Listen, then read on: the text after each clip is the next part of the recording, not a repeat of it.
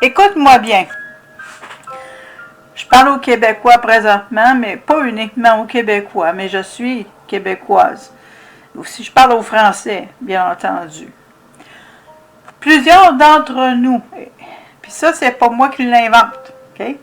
Plusieurs d'entre nous descendons, sans même le savoir, du roi Guillaume II de Normandie, dit Guillaume le Conquérant, né en 1027 et décédé en 1087.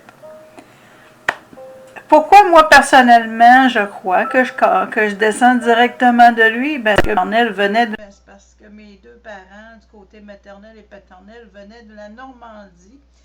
Du côté de mon père, il venait d'Avre-Mesnil en France, et du côté de ma mère, il venait de Perche en France.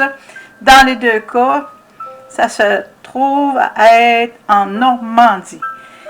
Puis quand on décompose Normandie, North, je sais, c'est un mot anglais, mais excusez-moi pour le moment, Northman,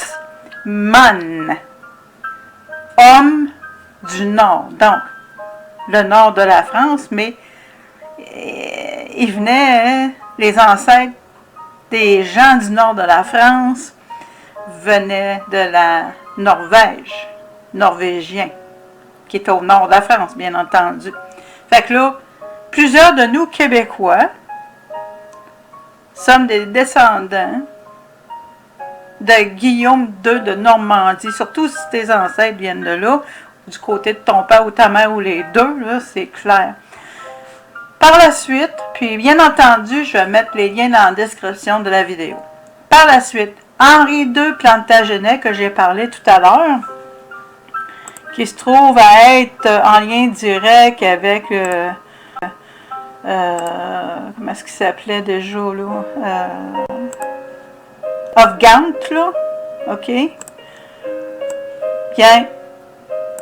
Henri II Plantagenet est un descendant direct de Guillaume le Conquérant.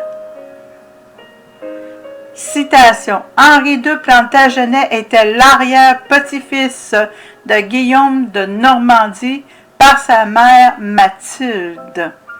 Et bien entendu, je fournis la preuve dans la description de la vidéo. Ensuite, j'apporte le Wikipédia de Henri II Plantagenet. Et en fait, ce que j'essaie de dire, c'est que cette vidéo, il ne s'agit pas de démontrer qui sont mes ancêtres personnellement, mais de démontrer à la nation québécoise à laquelle génétiquement j'appartiens, parce que mes ancêtres sont arrivés en 1600 au Canada, j'ai les preuves de ça, que je ne vais pas inclure ici. Donc, nos ancêtres, pour la plupart d'entre nous, viennent de la France, et pour plusieurs d'entre nous, viennent de la Normandie. Puis la Normandie, il faut que tu regardes bien comme il faut, c'est une grande partie du nord de la France. Fait que ça comprend plusieurs villes. Ça fait que, alors pourquoi j'amène ceci à votre attention, à ton attention, si tu préfères que je te tutoie, c'est parce que on doit retrouver nos origines. Pourquoi on doit retrouver nos origines? Là, je ne vais pas donner tous les détails du pourquoi on doit le savoir. On doit les connaître. Mais je vais dire essentiellement que c'est parce que pour prédire, pour connaître l'avenir, peut-être pas le prédire, mais pour connaître l'avenir, il faut connaître notre passé. Et plusieurs d'entre nous, on s'est fait tellement... je dirais manipuler, que nous ne savons plus qui nous sommes. Alors moi, je veux faire mon humble contribution à réveiller les petits dragons d'entre nous, et nous sommes plusieurs. Oh oui, le fameux fleur de lys, là, c'est un signe du dragon. Et puis, c'est relié directement à Marie-Madeleine, puis j'avais raison, parce que Marie-Madeleine, c'était une grande prêtresse de Hathor, et possiblement la dernière. Oh oui, Hathor, la déesse égyptienne, la vache déesse égyptienne, Hathor.